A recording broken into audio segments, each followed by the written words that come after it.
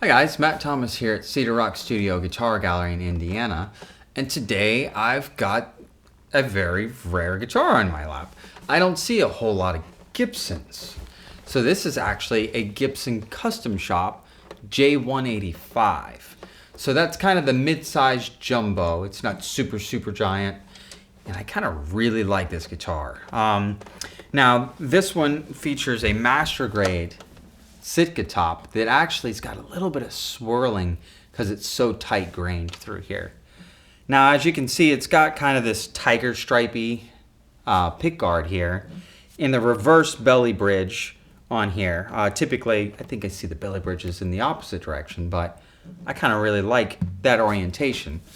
Now, this is a absolutely gorgeous quilted set of maple, and what I thought was quite interesting is this back strip here. It's got this really popped turquoise, and it's not quite a marquee or I'm not even sure what you decide to call this. It's very unique. It's got these little diamond rosewood pieces in between the maple and the turquoise and the black purfling in between it.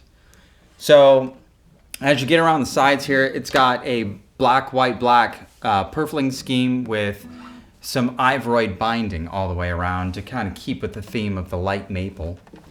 And as you get to the bridge here, it does have some accents on it. It's got these mother of pearl crosses and these little mother of pearl dots on either side of the bridge pin. So it makes it, I mean, from afar look like it's an H string, but it's not. It just has some bone dots and mother of pearl that makes it look like additional dots. Now, it does have an abalone rosette, and as you get into the fretboard here, it's got a rosewood and kind of a reddy rosewood fretboard with these kind of I'm not sure what they call this inlay scheme, but it's kind of zigzag boxes. But they're all mother of pearl all the way through. And what's interesting is it's all the way down to the first fret. And they also went ahead and put a dot at the first fret, third fret, and all the way up. Now, as you get into the headstock, it's got a ebony head cap with a really interesting little mother of pearl inlay accent and the Gibson logo. But when you flip it around, it's got Custom Shop Gibson banner right here near the volute area. Now, it's got a real light mahogany neck on it, and the nut width is slightly smaller. So it's 1 11/16 and just under 2 1/4. It's 2.21 here at the saddle. Now, it's real pretty, but man, this thing, it's a hoss.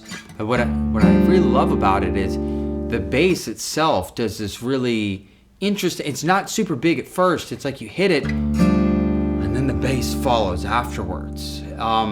It's almost like it activates the whole instrument, and that comes along for the ride. So it's very clear at first at the follow through, and then the after effect is bassy. I don't know if that's due to how Gibson typically braces these, but it is really interesting. It's very warm and almost has a dry texture to the sound.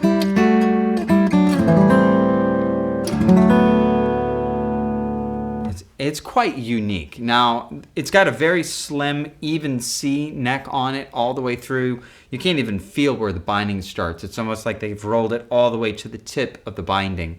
So it's very comfortable to play, and it's very rewarding when you it's got so much oomph and power behind it. And I think that's why a lot of singer-songwriters are drawn to this particular instrument, because it's not so big that you gotta really hug around it, but it's large enough that it gives you a great foundating sound behind just about anything that you want to do. So I could sit here and play this thing all day long. Now, if you got any further questions about this lovely 2013 custom shop Gibson, message Alan at cedarrockstudio.com, and thanks for listening.